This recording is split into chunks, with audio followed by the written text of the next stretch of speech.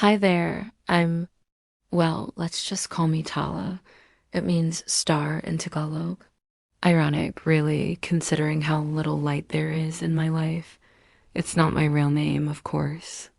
That's something I keep buried deep, like so many other things in this sprawling, suffocating maze of Manila. Here, in the heart of the city, privacy is a luxury few can afford. Anonymity is our shield against the harsh realities that threaten to strip us bare. Every night, as the sun sinks below the smog choked horizon, painting the sky in sickly shades of orange and purple, I retreat.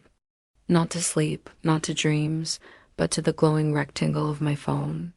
It's my window to a world beyond the familiar cacophony of the city, a symphony of desperation and survival that never truly fades. The sounds of Manila are a constant companion, a living entity that never sleeps. The distant wail of karaoke, off-key and mournful. The ceaseless rumble of jeepneys, their engines coughing out fumes that cling to the air like a shroud. And always, always, the desperate barking of stray dogs, echoing the hunger in my own soul. Sometimes I swear I can hear the faint cries from the port, the clang of metal against metal, a reminder of the life that churns relentlessly outside my small, rented room. I'm on the dating apps, you see, not looking for love, not really, just dot dot. A connection, a distraction from the silence that presses in when the city finally quiets down, even for a moment. Each swipe is a tiny act of hope, quickly extinguished. Most profiles are the same, filtered selfies, empty promises of good vibes only, a language I don't speak, a world I don't inhabit. I see the same types over and over, gym enthusiasts flexing their biceps, beach bums with perpetually tanned skin, foodies with their endless pictures of overpriced coffee. They all seem so dot dot dot vibrant, so full of life, so unlike me. I'm a shadow, a whisper, a forgotten corner in a bustling metropolis. What could I possibly offer them? My quiet despair? My endless nights? Then she appeared. Her name was the Gaia Santos. A beautiful name, meaning joy, another irony given the darkness that seemed to cling to her profile. It wasn't like the others. Her picture was taken in shadow, as if she was deliberately hiding from the harsh glare of the digital world. Yet enough light caught her features to reveal sharp cheekbones and a delicate jaw, a beauty that seemed out of place in the grimy glow of my screen. And her eyes, they were pools of darkness, reflecting nothing, revealing nothing. They held a depth that felt unsettling, like looking into a well that went on forever, promising to swallow you whole if you stared too long. Her bio was sparse. Night wanderer. Seeker of forgotten places and ancient stories. That was it. No age, no specific location beyond Metro Manila. No hobbies, no aspirations, no desperate pleas for attention. Just those few carefully chosen words. A strange pull began in my chest. A curiosity that felt less like idle intrigue and more like a gentle, insistent tug.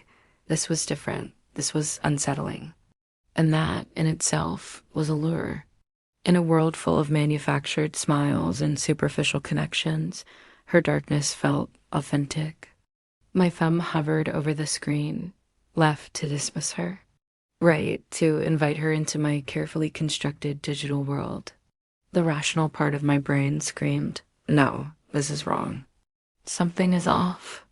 But the lonely, curious part, the part that yearned for a story, for something to break the monotony, won. I swiped right, a match, just like that, instantaneous, too fast almost. As if she had been waiting, her digital presence a trap set for the unwary. My heart gave an odd, frantic flutter, a mix of triumph and a sudden, cold prickle of dread that spread through my veins like ice water.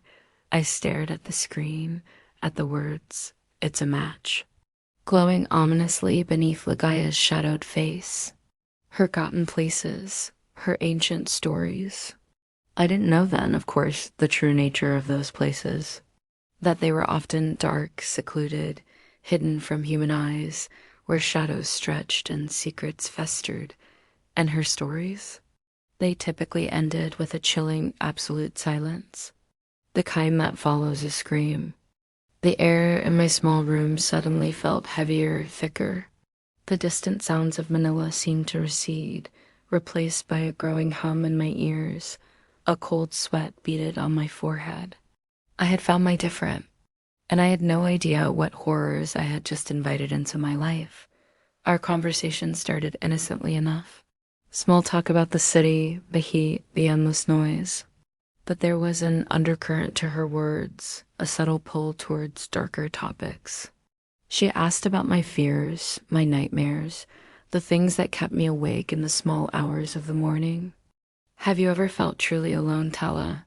She asked one night. Not just lonely, but disconnected, as if you're watching the world through a veil, unable to truly touch or be touched. I had, of course I had. It was the story of my life in this city, but hearing her put it into words sent a shiver down my spine. It was like she had reached into my mind and plucked out my deepest, most private thoughts. She suggested we meet. Not in a cafe or a mall, like most first dates. No, Ligaya wanted to show me one of her forgotten places. An abandoned building on the outskirts of the city, she said. A place where the veil between worlds was thin. Every instinct screamed at me to refuse. To block her number, delete the app, forget I ever saw her haunting eyes. But that pull, that insidious curiosity, was stronger than ever. I found myself agreeing, my fingers typing out a response before my brain could catch up. The night of our meeting was moonless, the sky a blank canvas of inky blackness. I stood at the agreed spot, a deserted street corner far from the bustling heart of Manila. The air was thick with humidity and the acrid scent of distant factories. She appeared like a ghost, materializing from the shadows. In person, Ligaya was even more striking than her profile picture suggested. Tall and lithe, with skin so pale it seemed to glow in the dim streetlight. But it was her eyes that held me captive, bottomless pools of darkness that seemed to drink in what little light there was. "I'm glad you came," she said, her voice a soft whisper that somehow cut through the ambient noise of the city. "Are you ready to see beyond the veil?" I nodded, not trusting my voice. She took my hand, her fingers ice cold against my skin, and led me towards a crumbling structure looming in the darkness. As we approached, I could feel a change in the air. The sounds of the city faded away, replaced by an unnatural silence. Even the ever-present hum of insects was gone. The building seemed to absorb light, its broken windows like hungry mouths. Ligaya moved with purpose, guiding me through debris-strewn hallways and up creaking staircases. The further we went, the more I felt like we were descending, despite climbing higher. Finally, we reached a room at the top of the building. Moonlight filtered through a hole in the ceiling, casting eerie shadows across the floor. In the center stood a crude altar made of twisted metal and what looked disturbingly like bones. "This is where the veil is thinnest," Ligaya said, her voice taking on a resonance I hadn't heard before.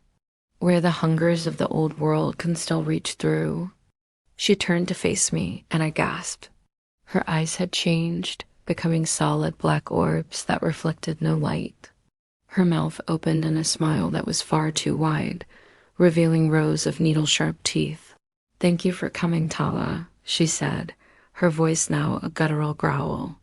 "It's been so long since I've had a proper meal." As she lunged towards me, impossibly fast, I realized the true horror of what I had done.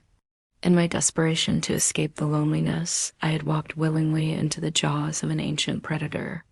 The last thing I saw before darkness claimed me was Ligea's face, transforming into something inhuman and hungry. They say, be careful what you wish for. In the depths of my loneliness, I had wished for something different, something to break the monotony of my existence. I found it in Ligaya, in her quiet places and deep conversations. But as her teeth sank into my flesh and my life began to ebb away, I realized that sometimes the familiar pain of loneliness is far preferable to the horrors that lurk in the shadows, waiting for the unwary and the desperate. My name is Tala, and this is my warning. Be careful who you swipe right on in the dark of night. For some matches are made in hell, and some hungers can never truly be satisfied. They say first impressions matter. A first date is your chance to show your best side to that special someone, to make them like you. In this story, though, a girl named Perlas Makipot gets more than she bargained for when her online crush finally asks her out. This is the first part of a horror anthology series called Ang Huling Hablan and I Manang Sarah, and today we're going to read the story, The First Date's Chill. Ready? Here we go. It was past midnight when Sina finally sent her a message. Perlas checked her phone for probably the 100th time that day and found a text from her online crush. She reread what he said, savoring the words, smiling to herself like a fool. Her friends had been teasing her about it for weeks now. She couldn't believe it. Sina had finally asked her out on a date. A thrill ran down her spine, but it wasn't entirely pleasant. Excitement warred with a growing sense of dread in her chest. Before she knew it, her hands were shaking, so she put her phone down, trying to calm herself. Sina wanted to meet up at 7 p.m. He suggested they go to Tondo, his hometown. He'd show her around. That was all well and good, except for one thing. Pearl hadn't been to Tondo since she was a child, and from what she remembered, it was far from a fun place. In fact, the whole city seemed to be warning her not to go there. As she got ready for her date, the news on TV blared about another heinous crime committed in Tondo. And just as she stepped out of her home, an old woman on a tricycle passed by and shouted, "Beware of Tondo, child. There's nothing but sin and evil there." Pearl laughed nervously and shook her head, thinking how dramatic Tita Rosie was being. She was just a busybody looking for trouble, but then doubt crept into Pearl's mind. Maybe she should have stayed home, but no, she couldn't back out now. Sina had been talking about taking her to Tondo for weeks now. What if she got cold feet and stood him up? He might never ask her out again. As she walked toward the jeepney stop, she saw a couple holding hands, walking into the sunset. Their silhouettes were a stark contrast against the orange sky. How romantic, she thought. Then she realized the couple was made up of two guys. One of them was tall and muscular, the other skinny and short. The muscular guy was caressing the skinny guy's neck, his fingers digging into the soft skin there. The skinny guy shuddered and moaned, burying his face in the crook of the taller man's neck. Pearl quickly looked away, cheeks flushed with what she thought was anger, but was really mortification. Still, she told herself getting on a jeepney was better than being groped at. She took a deep breath and boarded the vehicle. By the time she arrived in Tondo, it was almost 8 p.m. The area was unfamiliar, even to her child self. She noticed that most of the buildings they passed by were crumbling, some leaning precariously to the side as if about to collapse. Peeking through the gaps between the houses, she could see dark, bottomless pits where children played during the day. She stopped in front of a small sari-sari store. The owner was a plump woman whose eyes narrowed when she saw Pearl. Behind the counter, Pearl spotted a boy who couldn't have been more than 12 years old. He was sitting on a crate, counting stacks of cash. He looked up and smiled at her. Then a voice cut through the evening air. "Pearl, oh, Pearl, you came." Pearl whirled around to find Sina standing behind her. The street lamp above his head cast an eerie glow on his face, highlighting his sharp cheekbones and full lips. His eyes, though, were what drew her attention. They were pools of darkness, bottomless and unnerving. He looked at her for a moment without saying a word. Then he broke into a wide grin, revealing teeth that were a little too long and a little too sharp for comfort. "You look beautiful," he said, his voice a husky whisper. Thanks," Pearl managed, backing away. She suddenly felt suffocated. All she could see was Sina's predatory smile and those eyes that seemed to peer into her very soul. Let's go, Sina said, taking her hand and pulling her toward the deeper, darker parts of Tondo. Pearl didn't resist. Instead, she let him lead her down a narrow alley between two crumbling houses. Where are we going? She asked, trying to sound casual, failing miserably. Sina paused and turned to her, his smile widening. I want to show you my home, he said, opening the door to a dark and dilapidated house. The walls inside were peeling, the floorboards creaking under their weight. A thick layer of dust covered everything. It smelled like stale waste and decay. Pearl gagged, covering her nose with her arm. Oh, God, she whispered. What's wrong? Sina asked, his voice echoing in the cavernous space. It's, nothing, Pearl stammered. It's just a bit stuffy in here. Sina looked at her for a moment, his eyes unreadable. Then he turned and walked toward the stairs, gesturing for her to follow. Pearl hesitated, but followed him anyway. On the landing, she looked back at the door they'd come through. A sliver of sunlight had broken through the gloom, revealing something on the doormat outside, something big, hairy, and decidedly dead. She didn't want to know what it was. Instead, she focused on Sina, who was staring at the wall ahead of them. So, what's your address again? She asked, hoping to fill the silence. We're almost there, Sina replied, his voice distant. Then they reached the second floor. Sina stopped in front of a room at the end of the hallway. Here we are, he said softly. He reached out and knocked 3 times on the door. Pearl winced at the sound, each knock echoing her own pounding heart. A thump, thump, thump, thump came from behind the door. It sounded like footsteps, heavy and dragging. Another sound joined the percussion. It was wet, like tearing cloth, and it sent shivers down Pearl's spine. She tried to imagine what it could be, but the thought of something so horrible and real made her sick to her stomach. Sina turned to her, his eyes gleaming in the dim light. Would you like to come in? He asked. His smile was predatory, his eyes gleaming with amusement. Pearl felt a surge of panic. Thanks for the offer, she said, forcing a smile, but I think I'll pass. Oh, come on, Sina coaxed. Don't be such a scaredy cat. No, really, I don't think I can, Pearl said, edging away from him. I mean, it's nice seeing you again, but I'm not really comfortable with this whole creepy, abandoned house vibe. Sina's face fell, his smile disappearing. Oh, he whispered, taking a step back. Is that so? He looked hurt, vulnerable even. Pearl felt a pang of sympathy for him, but when she saw the wild glint in his eyes, it vanished. Yeah, sorry, she said quickly, turning to leave. She didn't hear what he said next because her own feet were pounding a frantic tattoo on the wooden floor. She ran for the stairs, desperate to escape the suffocating atmosphere of the house. She didn't dare look back, but she could still hear Sina behind her, his voice tight with what sounded like ... hunger. Wait, he breathed, just a little longer. Pearl burst out the front door and into the relative safety of the street. She didn't stop running until she reached the corner, where she turned and gasped. Sina was gone. The street was empty, the only sound the distant cawing of crows. Had she imagined it all? The encounter with the otherworldly couple, Sina's cryptic words, the sounds from behind the door.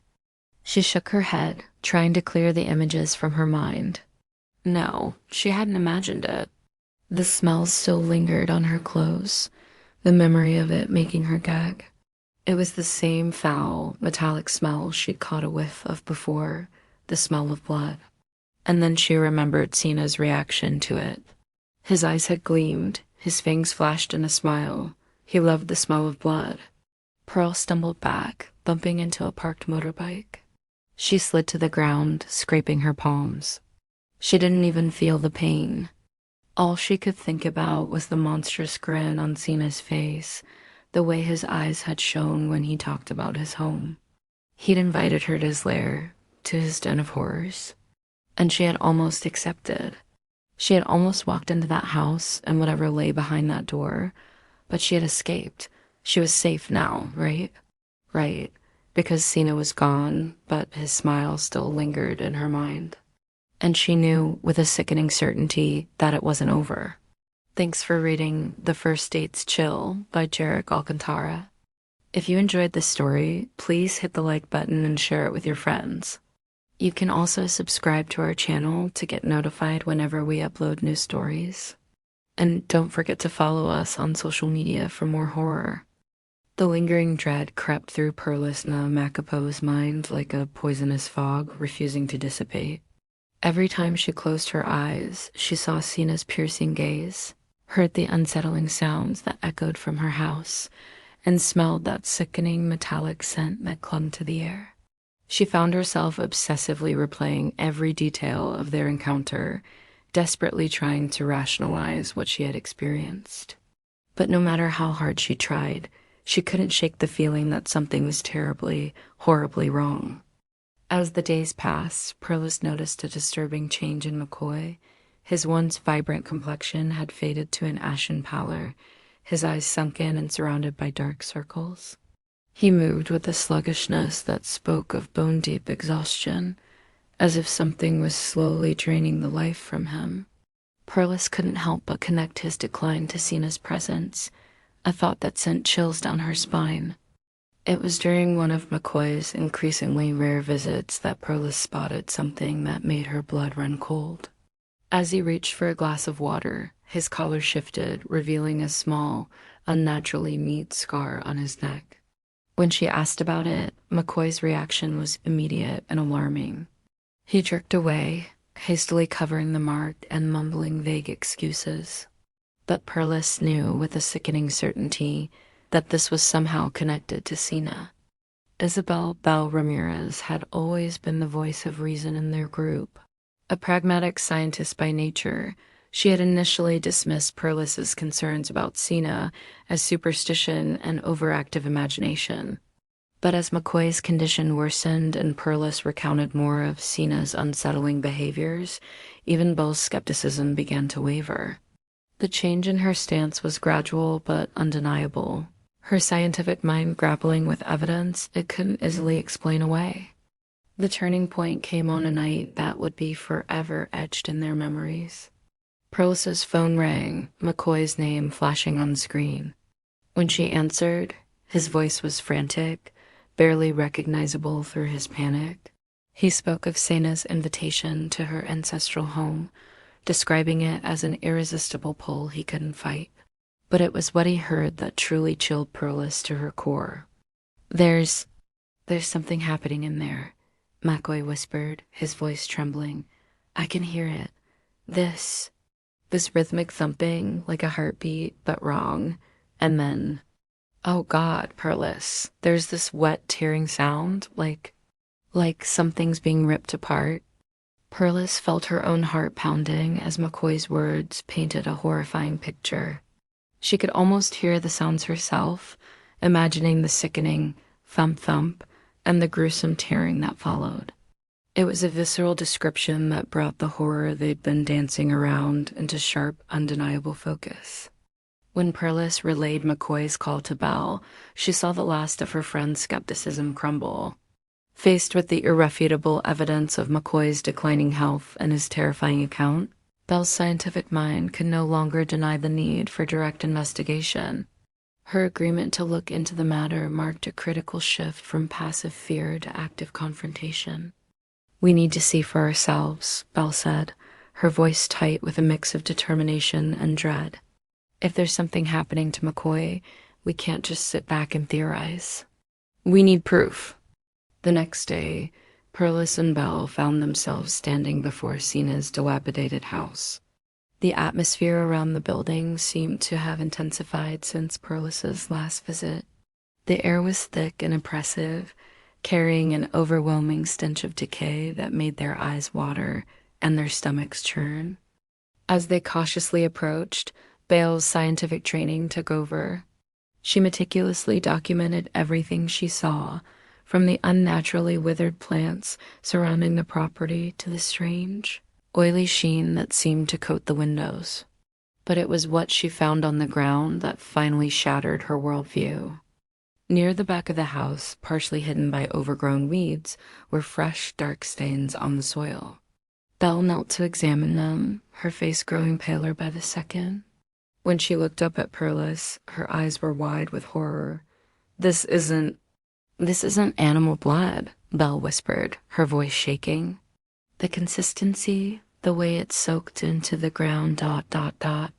Perlas, this is human blood, and it's fresh." In that moment, the full weight of their situation crashed down upon them. This wasn't some vague supernatural threat or a product of overactive imaginations. This was real, tangible evidence of something monstrous. Sina wasn't just an eccentric neighbor or even a harmless oddity. She was a predator, and they had unwittingly wandered into her hunting ground. As they stood there, the reality of their situation sinking in, a sound drifted from the house. It was faint, barely audible, but unmistakable. A wet, tearing noise, followed by a rhythmic thumping that seemed to echo the beating of their own terrified hearts. Perlas and Belle exchanged a look of pure, unadulterated fear. They had come seeking answers, but what they found was far worse than anything they could have imagined. The mystery of Sina had evolved into a nightmare made flesh, and they were now irrevocably entangled in its web.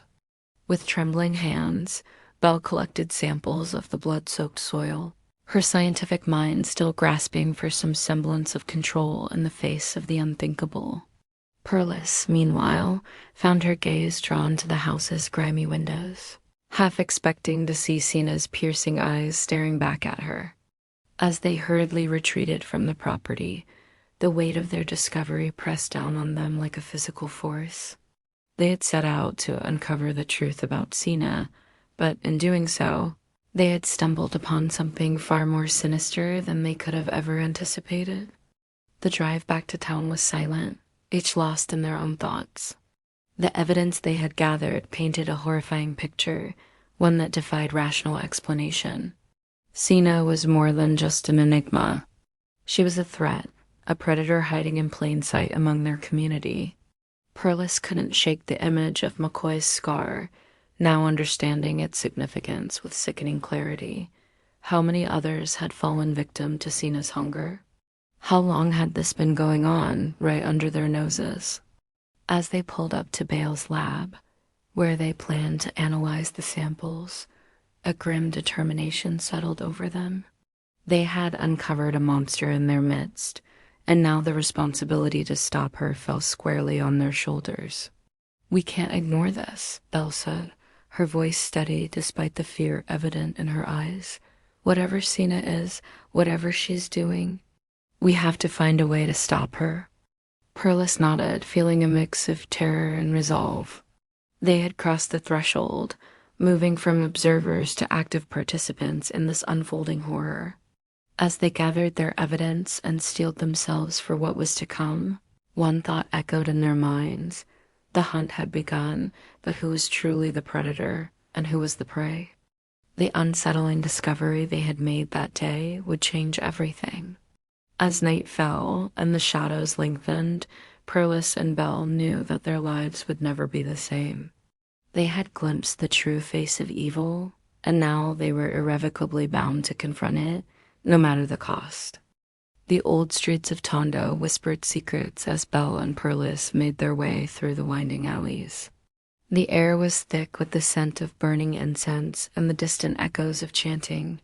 They were on a mission to uncover the truth behind the strange occurrences that had been plaguing their neighborhood. As they turned a corner, they came face to face with a weathered wooden door. This was the home of Mang Tonyo, Tatang Merkatho, a man known for his vast knowledge of ancient lore and forgotten tales.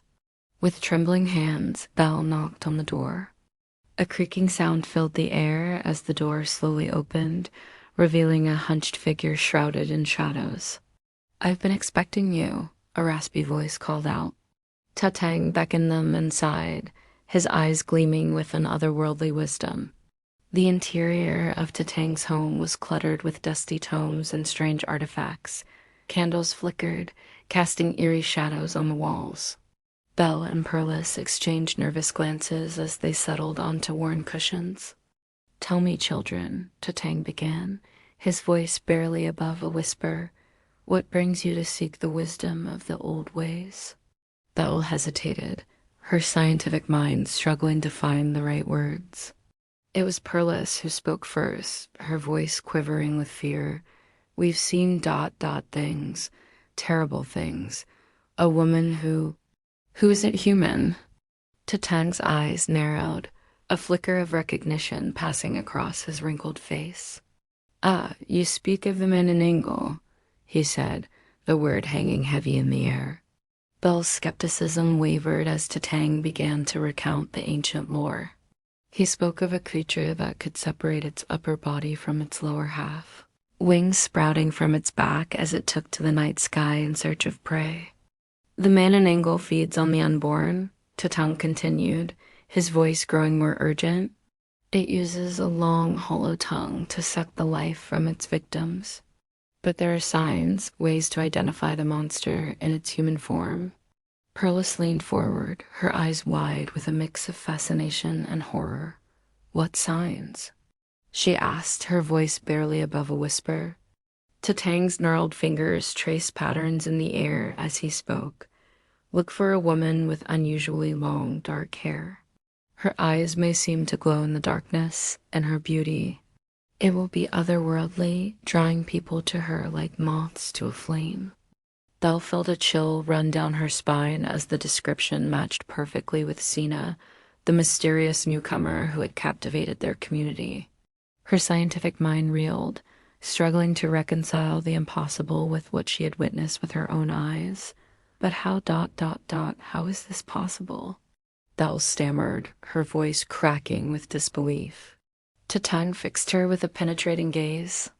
"There are more things in heaven and earth, young one, than are dreamt of in your philosophy, the old ways, the forgotten truths. They still hold power in this world." As Tatang continued to reveal the secrets of the Menanangle, Belle felt her carefully constructed worldview crumbling around her.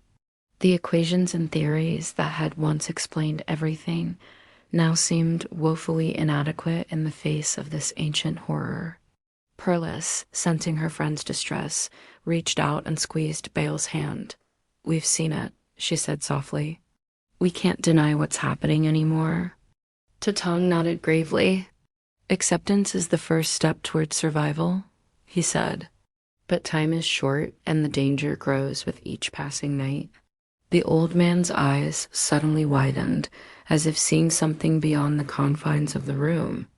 "There's another," he said urgently, "a woman named Liza May Santos.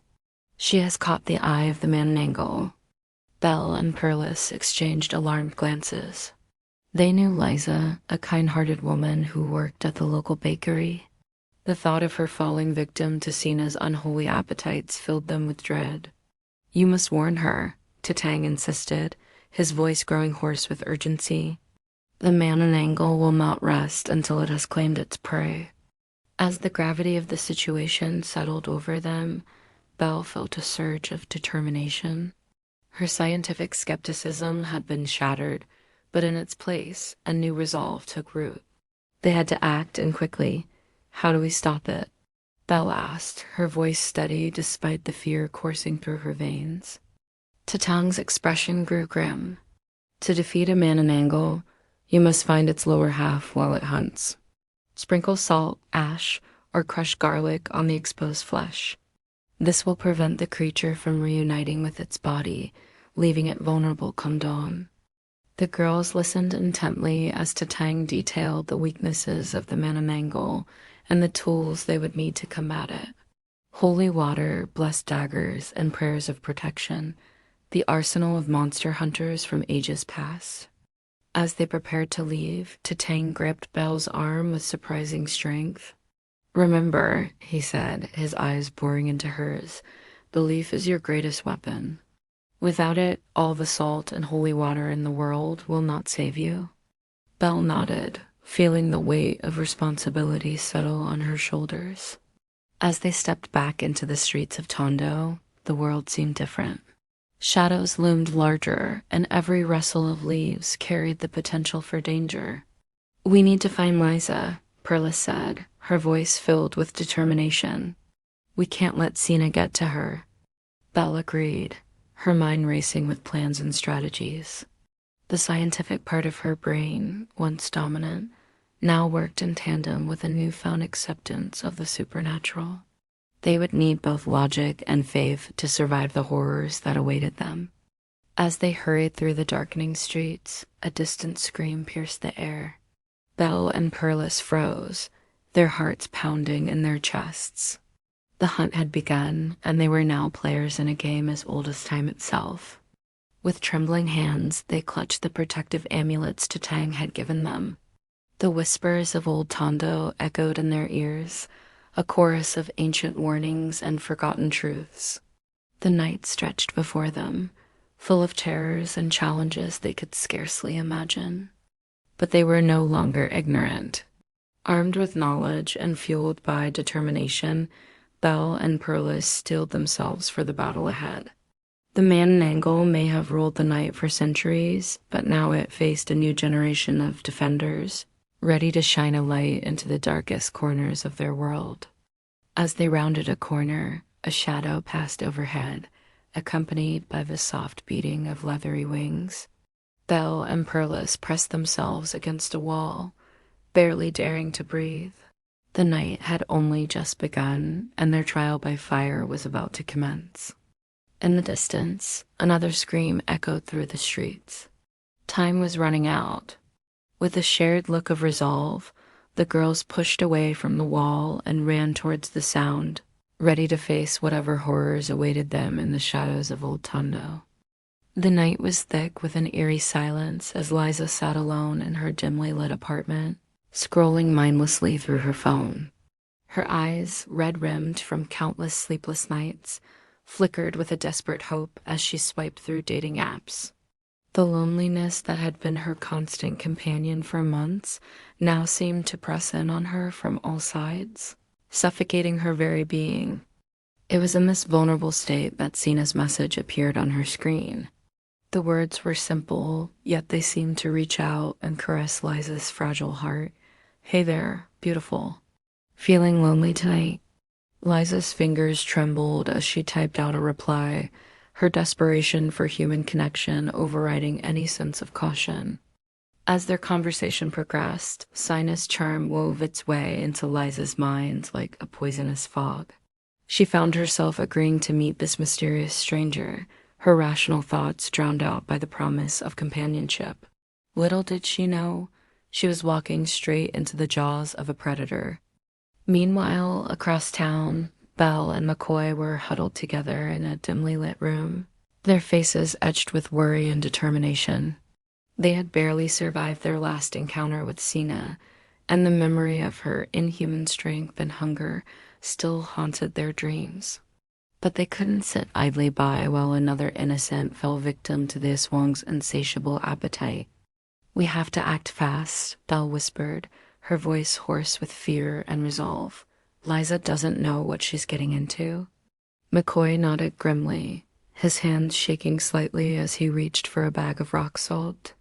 "The old ways might be our only chance," he muttered, pulling out cloves of garlic and vials of holy water. As they gathered their makeshift arsenal, the weight of their task settled heavily upon their shoulders. They were about to face a creature of nightmare, armed with little more than folklore and desperate courage. But the alternative, leaving Liza to her fate, was unthinkable. The drive to Sina's ancestral home was tense, filled with whispered prayers and last-minute strategy discussions. The old mansion loomed before them, its weathered facade hiding centuries of dark secrets. As they approached the front door, a blood-curdling scream shattered the night air. "Liza," Belle gasped, her heart pounding in her chest. Without a second thought, they burst through the door, salt and garlic at the ready. The scene that greeted them was straight out of a horror movie. Liza lay sprawled on the floor, her eyes wide with terror as Sina loomed over her, no longer the charming woman from the dating app. In the flickering candlelight, Sina's true form was revealed. Her skin had taken on a sickly greenish hue, and her mouth was stretched impossibly wide, filled with razor-sharp teeth. Long, grotesque tentacles writhed from her back, reaching hungrily for Liza's prone form. Bale's scream caught in her throat as she fumbled with the bag of salt. Macoy, driven by pure adrenaline, hurled cloves of garlic at the monster. Sina hissed in pain and fury as the garlic made contact with her skin, leaving angry, smoking welts. The fight that ensued was brutal and chaotic. Sina's inhuman strength sent Macoy flying across the room, crashing into an antique cabinet.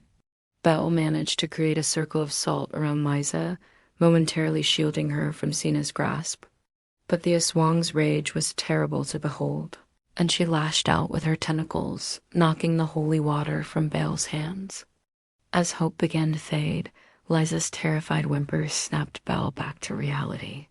She couldn't let another innocent life be claimed by this monster. With a primal scream, she lunged at Sina, wielding a broken chair leg like a makeshift stake. The wood connected with Sina's chest, and for a moment time seemed to stand still. Then, with an otherworldly shriek, the aswang began to crumble, her body dissolving into a pile of putrid ash. The silence that followed was deafening, broken only by the ragged breathing of the survivors. As dawn broke, casting its pale light through the dusty windows, Belle, Macoy, and Liza huddled together, shell-shocked but alive. They had faced the darkness and emerged victorious, but the cost had been high.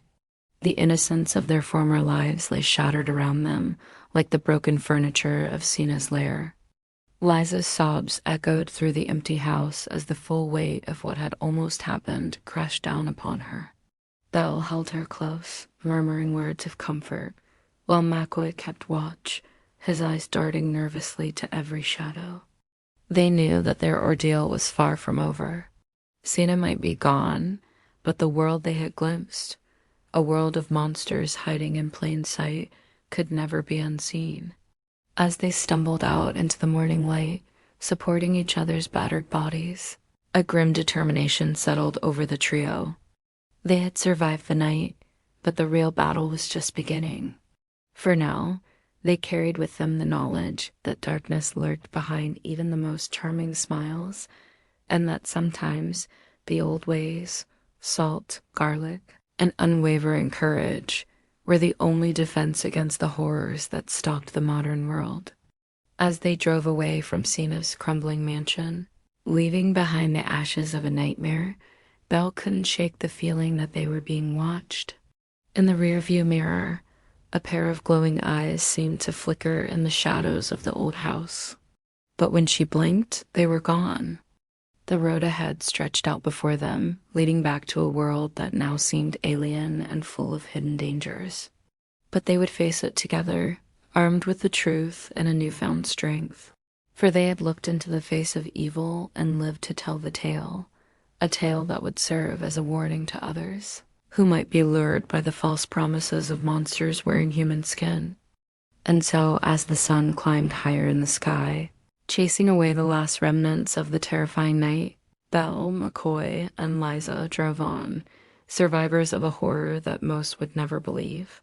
But they knew the truth, and they would carry it with them always, a burden and a shield against the darkness that waited, patient and hungry, for its next victim. The streets of Tondo were eerily quiet as night fell, the usual bustle replaced by an unsettling stillness. Mang Rudy and his unlikely band of hunters moved through the shadows, their eyes darting from alley to alley, searching for any sign of their elusive prey. Tatang's words echoed in their minds, a constant reminder of the danger they faced. Remember, the old man had warned, his voice barely above a whisper, Sina is not just a monster. She's a cunning predator who survived for centuries. She sense your pursuit before you even catch a glimpse of her. The group split up, each taking a different route through the labyrinthine streets. Mang Rudy, armed with a makeshift stake and a vial of holy water, crept along the edge of a dimly lit plaza. His heart pounded in his chest, every rustle of leaves and distant cry setting his nerves on edge.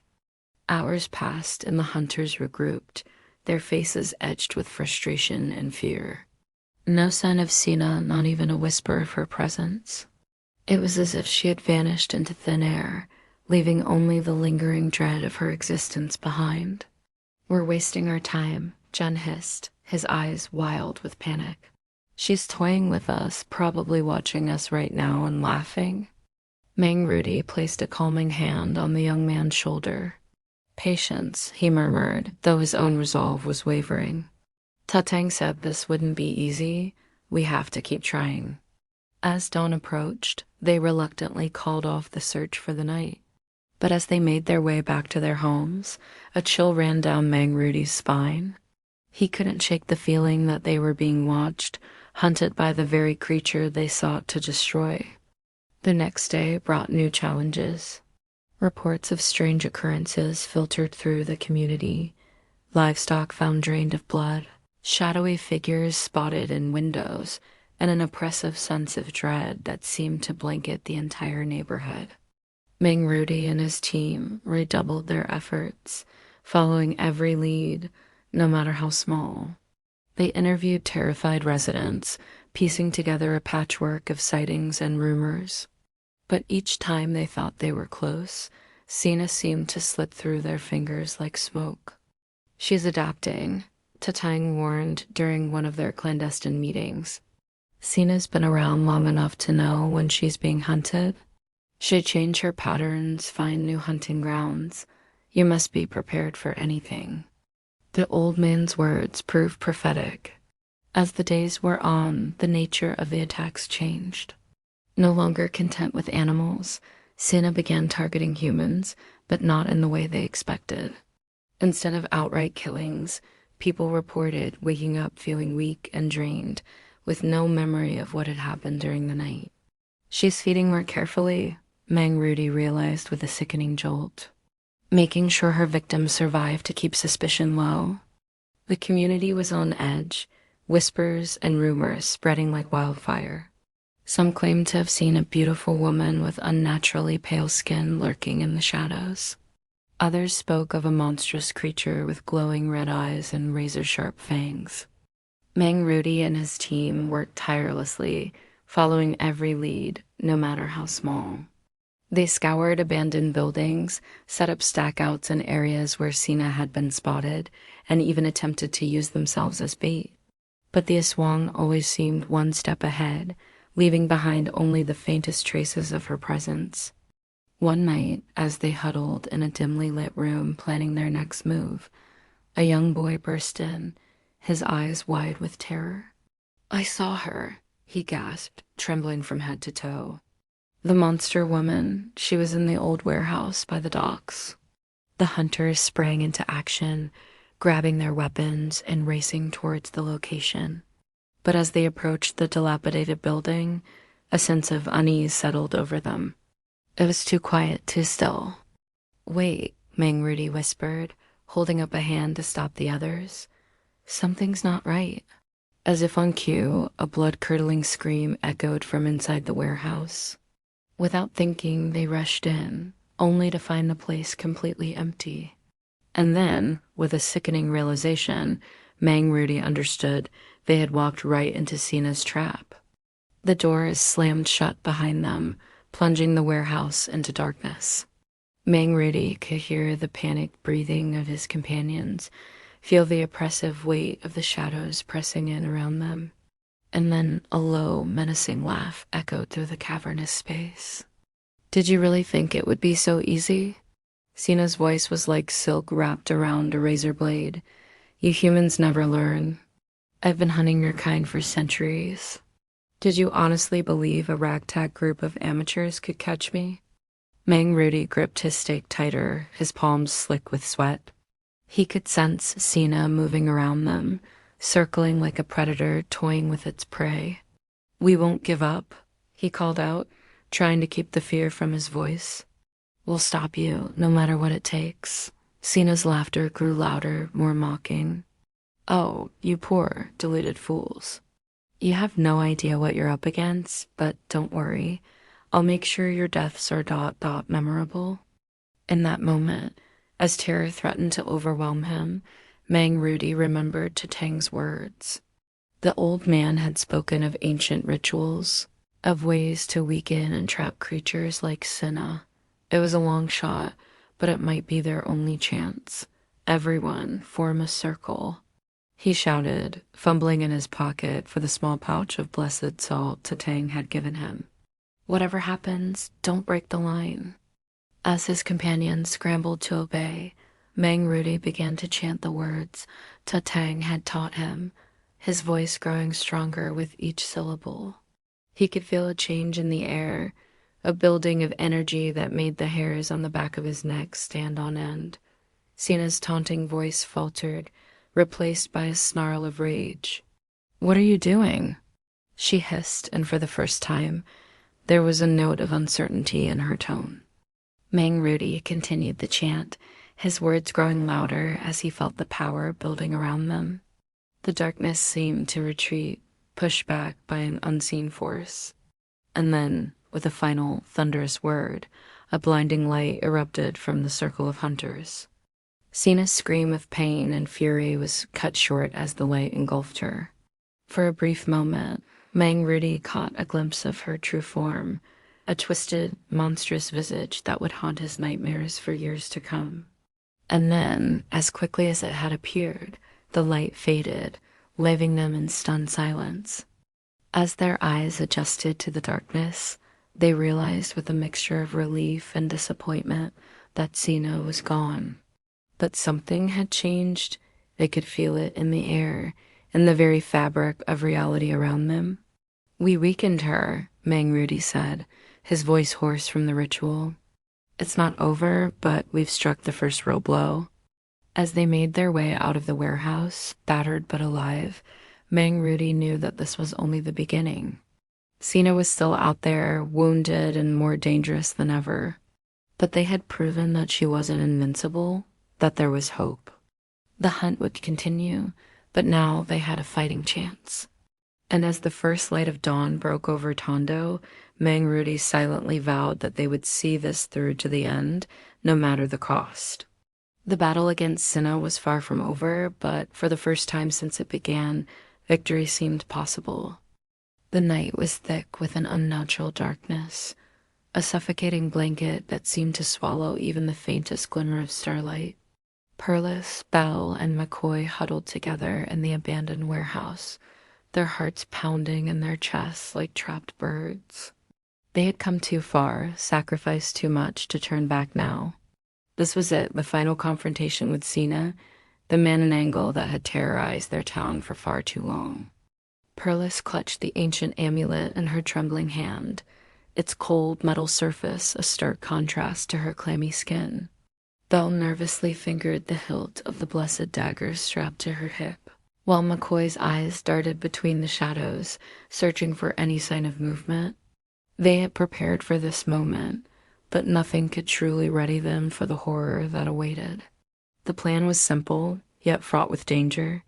They had scattered a trail of fresh blood leading to the warehouse, a temptation Sina wouldn't be able to resist. Now, all they could do was wait and pray that their trap would work. Minutes stretched into agonizing hours. The silence was deafening, broken only by their ragged breathing and the occasional creak of the dilapidated building.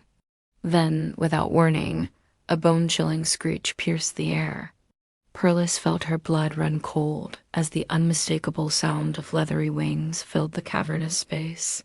"She's here," Belle whispered, her voice barely audible. The trio scrambled to their positions, adrenaline coursing through their veins.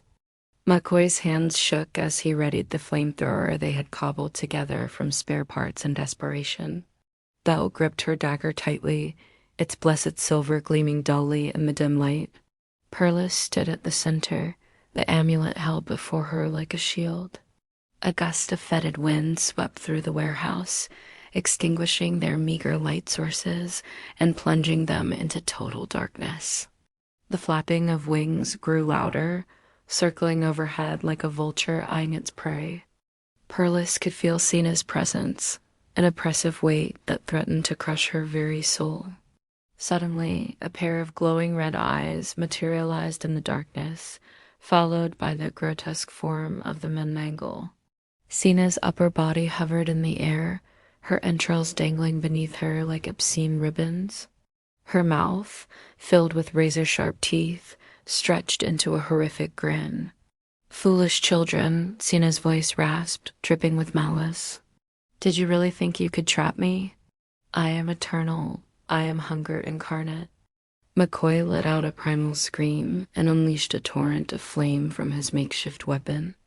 The warehouse was briefly illuminated by the inferno, revealing Sina's twisted features contorted in rage. She shrieked and dove towards Macoy, her claws extended. Thou leapt into action, slashing at Sina with her blessed dagger. The blade connected, drawing an unearthly howl from the creature. Black ichor oozed from the wound, sizzling where it touched the ground. But Sina was far from defeated. With inhuman speed, she lashed out, catching Belle across the chest and sending her flying into a stack of crates. Perlas watched in horror as her friends fought for their lives. This was the moment of truth. Summoning every ounce of courage she possessed, she began to chant the ancient words inscribed on the amulet. The air crackled with energy as the incantation took hold. Sina whirled to face Perlas, her eyes blazing with fury and... Was that fear? The man in angle lunged forward, determined to silence the chant before it could be completed. Perlas felt Sina's claws rake across her arm, but she refused to stop. Blood dripped from her wounds, mingling with the words of power that spilled from her lips. Macoy, seeing Perlas in danger, charged forward with a roar. He tackled Sina, momentarily throwing her off balance. The man in angle screeched in frustration, her attention divided between her attackers and the growing power of the amulet. Belle struggled to her feet, ignoring the searing pain in her ribs. She gripped her dagger tightly and joined the fray, striking at Sina whenever an opening presented itself. The warehouse echoed with the sounds of battle and human shrieks, desperate cries, and the sizzle of blessed silver against unholy flesh. Perlas felt the amulet grow hot in her hands as she neared the end of the incantation. Sina seemed to sense the impending doom, her attacks becoming more frenzied and desperate. She managed to throw off Macoy and Belle, sending them crashing to the ground. With a triumphant screech, Sina lunged at Perlas, determined to end the threat once and for all. Time seemed to slow as Perlas watched those razor-sharp claws descend towards her face. In that moment, she uttered the final word of the chant. A blinding light erupted from the amulet, engulfing Sina in its radiance. The man in angle's triumphant cry turned to one of agony as the purifying energy tore through her unholy form. Perlas, Belle, and Macoy shielded their eyes from the intensity of the light, feeling the very air around them vibrate with power. When the light finally faded, they blinked away the spots in their vision to find nothing. Where Sina had been, there was only empty space. A faint wisp of black smoke curled upwards before dissipating into nothingness. For a long moment, no one dared to move or speak. The silence in the warehouse was absolute, broken only by their ragged breathing. Then, as the reality of what had just occurred sank in, Macoy let out a disbelieving laugh. We did it," he said, his voice hoarse. "She's gone." Belle stumbled over to Perlas, wrapping her in a tight embrace despite the pain from her injuries. "It's over," she whispered, tears streaming down her face.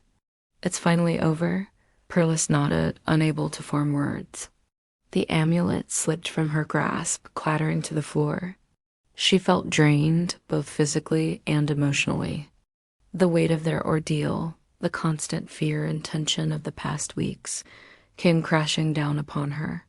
As the first rays of dawn began to filter through the warehouse's broken windows, the trio clung to each other, battered but alive, They had faced the darkness and emerged victorious, but the cost had been high.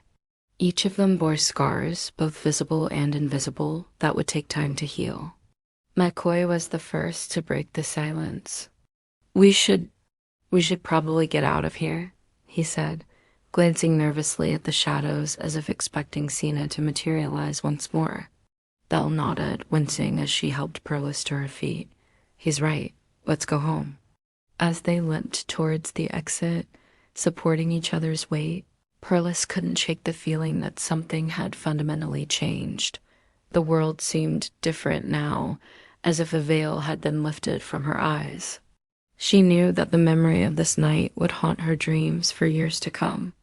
But as they stepped out into the warm light of the rising sun, Perlas felt a glimmer of hope. They had faced the impossible and survived. Whatever challenges lay ahead, they would face them together. The warehouse stood empty behind them, a silent testament to the battle that had taken place within its walls. As they made their way back to town, the first stirrings of life could be heard, birds singing, people beginning their day, blissfully unaware of the horror that had been vanquished in the night. For Perlas, Belle, and Macoy, the world would never be the same. They had glimpsed the darkness that lurked beneath the surface of reality, and they could never unsee it. But they had also discovered a strength within themselves that they never knew existed. As they walked, battered but unbowed, towards an uncertain future, one thing was certain: the bonds forged in the crucible of that terrifying night would never be broken. They had faced the abyss together, and together they would face whatever came next. The sun climbed higher in the sky, chasing away the last remnants of the night's terrors. And somewhere in the deepest shadows of the world, other horrors stirred. But for now, in this moment, there was only the warmth of the sun, the comfort of friendship, and the sweet taste of hard-won victory. The city of Tondo lay in eerie silence, the aftermath of the final battle still hanging heavy in the air. Perlas, Belle, and Macoy stumbled through the deserted streets, their bodies battered and their minds reeling from the horrors they had just witnessed. The aswang's screams still echoed in their ears, a haunting reminder of the supernatural evil they had faced. As they made their way back to Perlas' apartment, the weight of their actions began to sink in.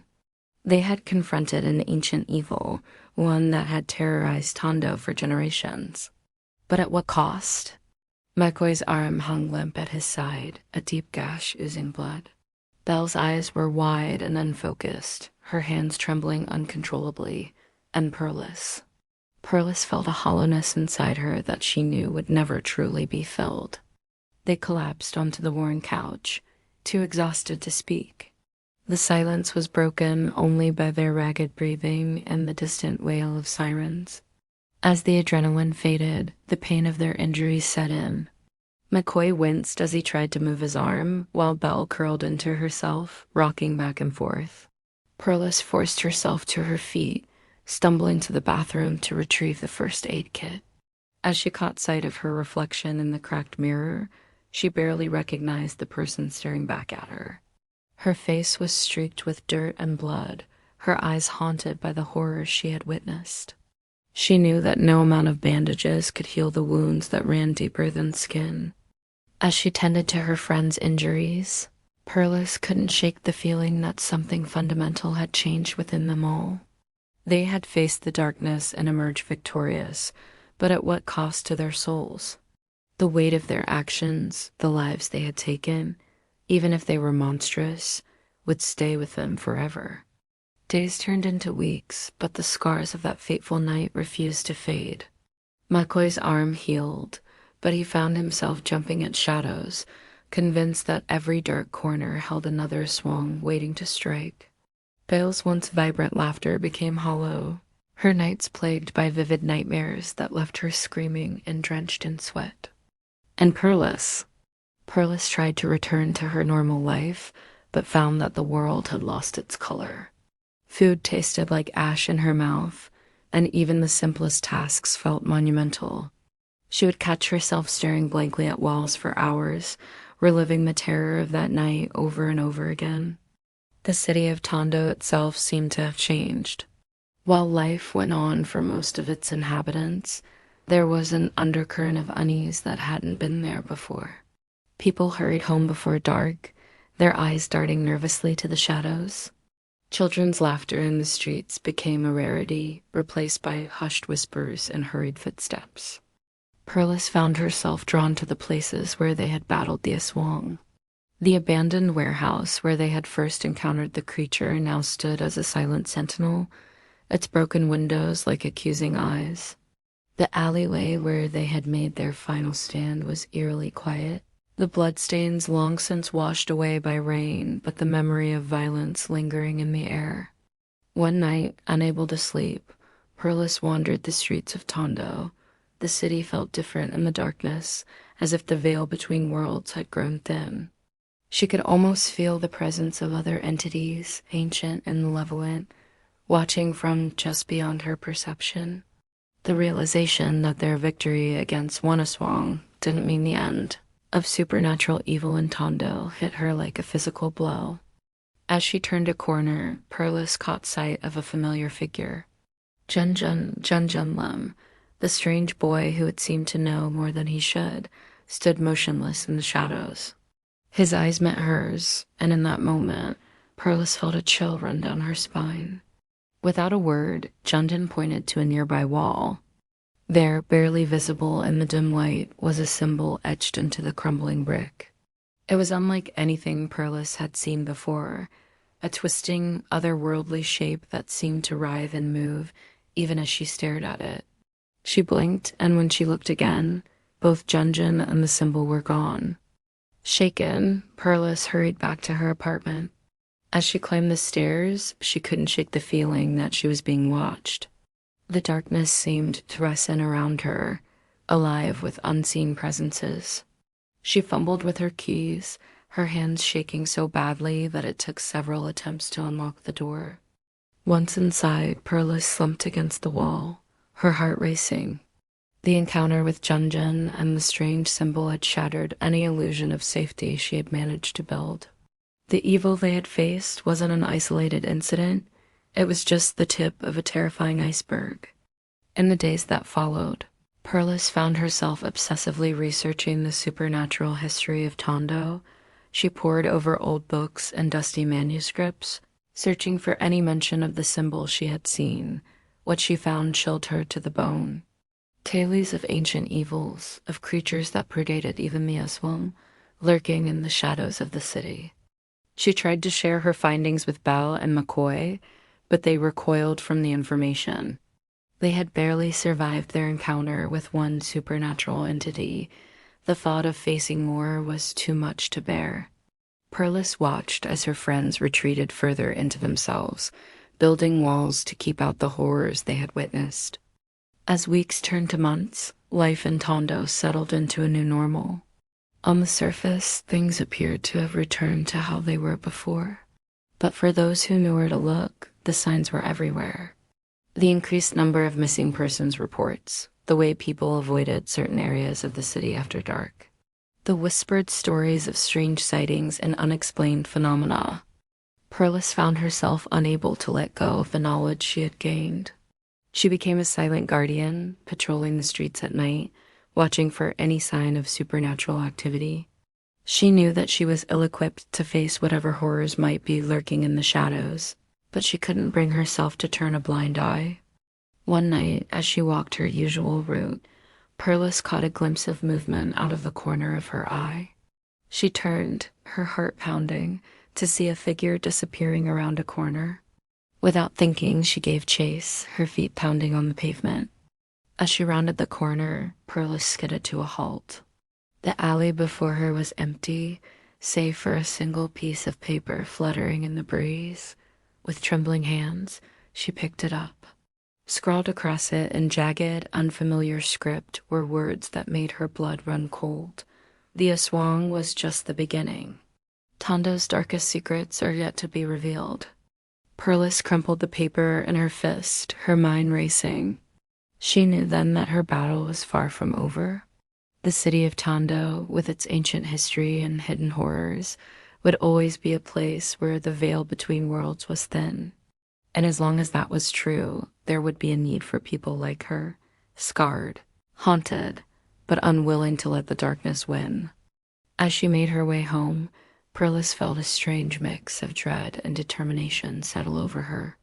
The horrors she had faced had changed her forever, leaving scars that would never truly heal.